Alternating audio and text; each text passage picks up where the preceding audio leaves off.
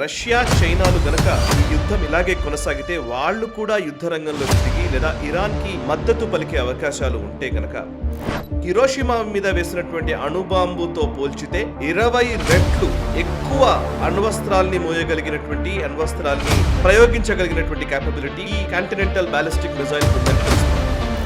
ఇది direct message to China and Russia. నమస్తే, welcome to right angle. America ఇప్పుడు Iran పైన యుద్ధాన్ని ప్రకటించి ఆల్మోస్ట్ ఇరాన్ మిడిల్ ఈస్ట్లో వెస్ట్ ఏషియాలో ఒక విధ్వంసకరమైనటువంటి పరిస్థితులు ఉంటే, అటు ఇరాన్ రిటాలియేట్ చేస్తూ ఉంటే, పూర్తిగా ఇరాన్ సరెండర్ కాకుండా రిటాలియేషన్ చేస్తున్న టైంలో ఒకవేళ రష్యా చైనాలు గనక ఈ యుద్ధం ఇలాగే కొనసాగితే వాళ్ళు కూడా యుద్ధ రంగంలోకి దిగి లేదా ఇరాన్కి మద్దతు పలికే అవకాశాలు ఉంటే కనుక ఎవరు ఈ యుద్ధంలో పైచేయి సాధిస్తారో అనే చర్చ విపరీతంగా నడుస్తోంది. అండ్ ఇప్పుడున్న ఇరాన్కి సపోర్టివ్గా చైనా రష్యాలు వస్తాయా అనే క్వశ్చన్ నెలకొన్న టైంలోనే ఒక రకంగా స్పష్టమైన మెసేజ్ని అమెరికా ఇవ్వాలని సంకల్పించింది. ఆ మెసేజ్ని ఒక న్యూక్లియర్ టెస్ట్ రూపంలో నెరవేర్చింది. అదేంటంటే మినిట్మ్యాన్ 3 ఇంటర్ కాంటినెంటల్ బాలిస్టిక్ మిసైల్ టెస్ట్ని విజయవంతంగా పరీక్షించింది అమెరికాలోని కాలిఫోర్నియాలో ఉన్నటువంటి వాండర్బర్గ్ స్పేస్ ఫోర్స్ బేస్ నుంచి మార్షల్ ఐలాండ్స్, సెంట్రల్ పసిఫిక్ ఓషన్లో ఉన్నటువంటి మార్షల్ ఐలాండ్స్లోకి ఒక మిజైల్ని టెస్ట్ చేసింది, మిజైల్ని పంపించింది. ఈ మిజైల్ అత్యాధునికమైనటువంటి అణ్వస్త్రాల్ని మోయగలిగినటువంటి ఒక క్యాపబిలిటీ కలిగి ఉంది. ఇది ఎంతలా అంటే కనుక సెకండ్ వరల్డ్ వార్ టైంలో జపాన్లోని హిరోషిమా నాగసాకి పైన అమెరికా అణుబాంబులు వేసింది కదా. సో హిరోషిమా మీద వేసినటువంటి అణుబాంబుతో పోల్చితే 20 రెట్లు ఎక్కువ అణ్వస్త్రాల్ని మోయగలిగినటువంటి అణ్వస్త్రాల్ని ప్రయోగించగలిగినటువంటి కేపబిలిటీ ఈ కాంటినెంటల్ బాలిస్టిక్ మిసైల్కు ఉందని తెలుస్తోంది. దీన్ని ICBM అంటారు, ఇంటర్ కాంటినెంటల్ బాలిస్టిక్ మిసైల్, అణ్వస్త్ర క్షిపణి. దీని వేగం ఎంత స్పీడ్గా ఉంటుంది అని అంటే కనుక Mach 23 స్పీడ్ తోటి ఇది వెళుతుందని తెలుస్తోంది. అంటే దాని అర్థం ఏంటంటే కనుక ధ్వని వేగానికి 20-23 రెట్ల అధికంగా ఇది స్పీడ్ తోటి వెళ్ళబోతోంది. అండ్ అంతేకాదు 4200 మైల్స్ దూరంలో ఉన్నటువంటి మార్షల్ ఐలాండ్స్కి ఇది కేవలం 20 నిమిషాల వ్యవధిలోనే ఈ మిజైల్ని టెస్ట్ చేశారు. సరే, అఫ్కోర్స్ ఇది అన్ఆర్మ్డ్గా అని చెప్తున్నారు. దీంట్లో ఎటువంటి పేలోడ్స్ పెట్టకుండానే డైరెక్ట్గా ఈ పర్టికులర్ వెహికల్ని, దాన్ని ఇక్కడ నుంచి పేలోడ్ పదార్థాలు తీసుకెళ్లేటువంటి వెహికల్ లాంచ్ ఇప్పుడు జరిగింది. ఇందులో అణ్వస్త్రాల క్యాపబిలిటీ ఎంత మేర మోయవచ్చు అని అంటే కనుక అణ్వస్త్రాలు ఎంత తీసుకెళ్లొచ్చు అంటే ఇందాక చెప్పినట్టుగా హిరోషిమా పైన ఎంతైతే అణుబాంబుల్ని యూజ్ చేశారో దానికి 20 రెట్లు అణుబాంబుల్ని తీసుకెళ్లగలిగే సామర్థ్యం ఉంది. అండ్ అంతేకాదు గంటకి 6000 నుంచి 15000 మైళ్ళ వేగంతో ఈ క్షిపణి వెళ్ళబోతోంది. దీని రేంజ్ కూడా 13000 మైల్స్ రేంజ్లో ఉన్న టార్గెట్స్ని కూడా ఇది ధ్వంసం చేయగలదు. సరే, ఇది ఎందుకు చేసింది? ఇరాన్ యుద్ధం నడుస్తున్న ఈ టైంలోనే, సరిగ్గా 5 రోజులు గడిచింది. ఈ టైంలోనే ఎందుకు ఈ క్షిపణి ప్రయోగం చేశారు అని అంటే కనుక ఇది direct message to China and Russia. China రష్యాలు రంగంలోకి దిగకుండా ఒక సంకేతాన్ని ఇచ్చే ప్రయత్నం అమెరికా చేస్తుందా అంటే అవుననే అనిపిస్తోంది. ఎందుకంటే రష్యా ఇంతకుముందు బురవెస్నిక్ అనే ఒక న్యూక్లియర్ మిసైల్ టెస్ట్ చేసింది. బురవెస్నిక్ గురించి మేము క్షాత్రంలో డిఫెన్స్ రౌండ్ ఆఫ్ బ్యూటీలో చర్చించాం కూడా.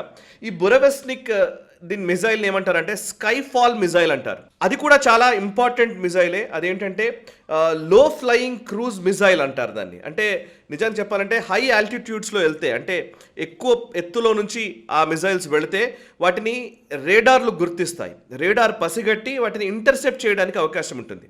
సో ఈ బురవెస్నిక్ ఏం చేస్తుంది అంటే, రష్యాకు సంబంధించినటువంటి ఈ మిజైల్ ఏం చేస్తుందంటే ఇది తక్కువ ఆల్టిట్యూడ్లో వెళ్ళగలదు. అంటే 50 నుంచి 100 మీటర్ల ఎత్తులోనే ఇది ప్రయాణం చేయగలదు. సో అండ్ అంతేకాదు ఇది ఎక్కడికైతే గమ్యానికి వెళ్ళాలో దానికి వెళ్ళడానికి సంబంధించినటువంటి డిఫరెంట్ డైరెక్షన్స్లో అది వెళ్ళడానికి అవకాశం ఉంటుంది, క్రూయిజ్ చేయడానికి అవకాశం ఉంటుంది. అండ్ అది సరిగ్గా ఒకవైపుకు వెళ్ళాలని నిర్దేశించిన తర్వాత అటువైపే ఫైర్ చేయకుండా ఇంకా అది అక్కడక్కడే వేరే ప్లేసెస్లో తిరగడానికి అవకాశంగా ఒక నావిగేట్ చేసుకోగలిగేటువంటి క్యాపబిలిటీస్ని ఈ బురవెస్నిక్లో పెట్టారు. అండ్ అంతేకాదు దీన్ని ఏమంటారంటే, యాక్చువల్లీ వెస్టర్న్ ఎక్స్పర్ట్స్ ఏం చెప్తారంటే ఈ బురవెస్నిక్ మిజైల్ని ఫ్లయింగ్ చెర్నోబిల్ అని చెప్తారు.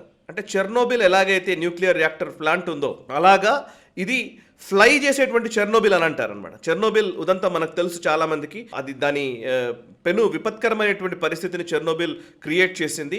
ఆ డీటెయిల్స్ మనం చాలాసార్లు మనం మాట్లాడుకున్నవే.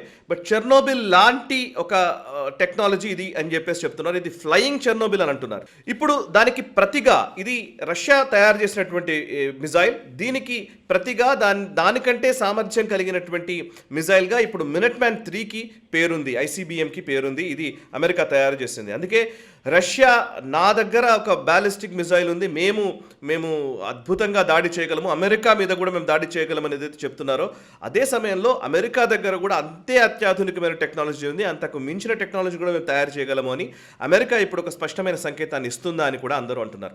ఎందుకంటే ఇది మినట్ మ్యాన్ 3 ఇప్పుడే చేయాల్సిన అవసరం లేదు. ఇది దఫాలుగా ఇది ఒక రకంగా చెప్పాలంటే మినట్ మ్యాన్ 1 ఉంది, మినట్ మ్యాన్ 2 వచ్చింది, మినట్ మ్యాన్ 3 ఇప్పుడు నడుస్తోంది. ఇది కూడా గతంలో టెస్ట్ చేసిందే, కానీ ఇప్పుడు మళ్ళీ ఒకసారి పరీక్షించి చూశారు ఇది కరెక్ట్గా వర్క్ చేస్తుందా లేదా అని. సో ఇట్లాంటి టైంలో ఈ అరబ్ నేషన్స్లో ముఖ్యంగా వెస్ట్ ఏషియాలో ఒక ఘర్షణాత్మక పరిస్థితులు ఉన్న టైంలో అమెరికా తన శక్తిని ప్రదర్శిస్తోంది అనంటే ఇది దేనికి సంకేతం? ఇంకా ఎంత దూరం ఈ యుద్ధాన్ని తీసుకెళ్లాలనుకుంటోంది అమెరికా? అండ్ రష్యా చైనాలకు ఇస్తున్నటువంటి మెసేజ్ని ఆ రెండు దేశాలు కూడా ఎలా తీసుకుంటాయి? ఇవన్నీ మనం చూడాల్సిన అంశం. ఇందులో ఇంకొక అంశం కూడా ఉంది. నెవాడాలో యాక్చువల్లీ నిజానికి చెప్పాలంటే ఏరియా 52 అంటారు.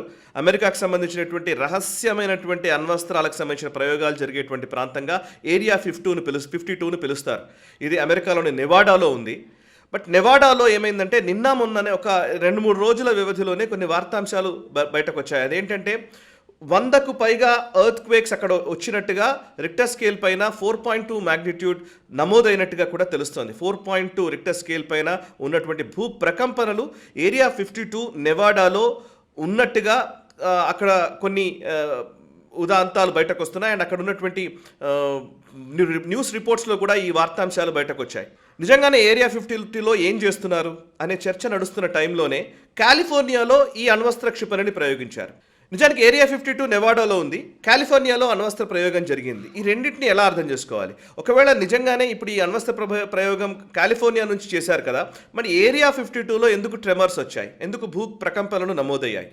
ఈ అంశం కూడా ఇప్పుడు చర్చనీయాంశంగా ఉంది. ఇది ఇప్పుడు ప్రస్తుతం చూస్తూ ఉంటే వెస్ట్ ఏషియాలో జరుగుతున్నటువంటి యుద్ధము, ఆ యుద్ధ వాతావరణము ఇంకాస్త ఎస్కలేట్ చేయడానికి అమెరికా ఏమైనా ప్రయత్నాలు చేస్తోందా? అండ్ రష్యా చైనాలని ఇంకాస్త వార్నింగ్ సైన్స్ వాళ్ళకి ఇవ్వాలని అనుకుంటోందా? అండ్ ఇది ఏ స్థాయికి వెళ్ళే అవకాశం కనబడుతోంది? అండ్ ఇప్పుడు ప్రపంచంలో ఒక ఆధిపత్య పోరు, సుప్రీం పవర్ ఎవరు అనే విషయంలో అమెరికాని ఛాలెంజ్ చేస్తున్నటువంటి దేశాలకి ఈ మెసేజ్ని డొనాల్డ్ ట్రంప్ ఇవ్వాలనుకుంటున్నారా? ఇట్లాంటి అనేక ప్రశ్నలు ఇప్పుడు ఉత్పన్నమవుతున్నాయి. ఈ నేపథ్యంలో అసలు ఫస్ట్ అణ్వస్త్రాలకు సంబంధించినటువంటి విషయంలో ఇప్పుడు మనం ఈ చర్చ మొదలుపెట్టిన రోజే అసలు యాక్చువల్లీ ఇరాన్ పైన దాడి ఎందుకు చేశారు అని అంటే కనుక, ఇరాన్ పైన జరిగిన దాడి అసలు ముఖ్యమైన కారణం ఏంటి అని అంటే కనుక న్యూక్లియర్ స్టాక్ పైల్ చేసుకుంటుంది అని. అంటే నిజానికి చెప్పాలంటే న్యూక్లియర్ ఎన్హాన్స్మెంట్ ఎన్రిచ్మెంట్ ప్రోగ్రామ్స్లో ఇరాన్ నిమగ్నమైంది. వాళ్ళు అణ్వస్త్రాలను తయారు చేసుకుంటున్నారు. ఒక ఇరాన్ లాంటి దేశం అణ్వస్త్రాలను తయారు చేసుకోవడానికి వీలు లేదు అని కదా డొనాల్డ్ ట్రంప్ లేదా ఇజ్రాయెల్ కలిసి అటాక్ చేసింది. ఓవైపు అణ్వస్త్రాలు తయారు చేసుకుంటున్నారని ఇరాన్ పైన దాడి చేసినటువంటి అమెరికా ఇప్పుడు అణ్వస్త్రాల క్షిపణి టెస్ట్ని నిర్వహించింది విజయవంతంగా అంటే దేనికి సంకేతం? ఇరాన్ తయారు చేసుకుంటున్నటువంటి అణ్వస్త్రాలు చాలా చిన్నవి నిజానికి మాట్లాడితే, బట్ అంతకంటే అత్యాధునికమైనవి అండ్ ప్రపంచాన్ని మొత్తం కూడా భస్మం చేయగలిగేటువంటిది. ఇప్పుడు ఈ మినట్ మ్యాన్ 3 క్షిపణికి ఉన్న పేరేంటంటే డూమ్స్డే మిజైల్ అని. ఇది కనుక ప్రయోగిస్తే డూమ్స్డే వచ్చినట్టే, అంటే ప్రళయం వచ్చినట్టే, ఆల్మోస్ట్ యుగాంతం జరిగినట్టే. అట్లాంటి మిజైల్ని అమెరికా తయారు చేస్తోంది. ఇరాన్ వద్ద మాత్రం అణ్వస్త్రాలు ఉండొద్దు అని అంటోంది. ఇదంతా గుండాగర్ది. ఇది ఒక రకంగా చెప్పాలంటే ఇది అమెరికా సుప్రీమసీకి లేదా అమెరికా హెజిమోనియస్ విధానాలకి, వాళ్ళ ఆధిపత్య అహంకార ధోరణికి నిదర్శనం. ఇరాన్ని అణ్వస్త్రాలు చేసుకోవద్దు అన్నటువంటి అమెరికాకి అణ్వస్త్రాలు తయారు చేసుకునే పరిస్థితి ఇప్పుడు ఉంటే, వీళ్ళు అణ్వస్త్రాలు తయారు చేసుకుంటారు కానీ ఇరాన్ని మాత్రం తయారు చేసుకోవద్దు అని అంటే వీళ్ళకి ఎటువంటి మోరల్ గ్రౌండ్ ఉంది? నిజానికి యుద్ధంలో మోరాలిటీస్ ఉంటాయా? ఉండవు. సో దీని నుంచి మనం కూడా నేర్చుకోవాల్సింది ఏంటంటే మోరాలిటీస్ అక్కర్లేదు. ఎవరికి వాళ్ళు, ఏ దేశమైనా సరే ఇది రూల్ ఆఫ్ జంగల్ అంటారు, ఆటవిక న్యాయమే నడుస్తుంది. అండ్ ఆటవిక న్యాయం ఏంటి అని అంటే కనుక పవర్ ఎవరి దగ్గర ఉంటుందో, సామర్థ్యం ఎవరి దగ్గర ఉంటుందో, శక్తి ఎవరి దగ్గర ఉంటుందో, బలవంతుడు ఎవడో వాడి మాట ప్రపంచం వింటుంది. సో బలాన్ని పక్కన పెట్టి శక్తిని సముపార్జించుకునే ఒక అవకాశాలని పక్కన పెట్టి కేవలం శాంతి వచనాలు పలికితే ప్రపంచం వినదు. సో భారతదేశం కూడా నేర్చుకోవాల్సింది ఏంటంటే క్షాత్రాన్ని పెంచుకోవాలి, సామర్థ్యాన్ని ఎప్పటికప్పుడు పెంచుకుంటూనే ఉండాలి, శక్తిని పెంచుకోవడమే కాదు అప్పుడప్పుడు ప్రదర్శిస్తూ కూడా ఉండాలి.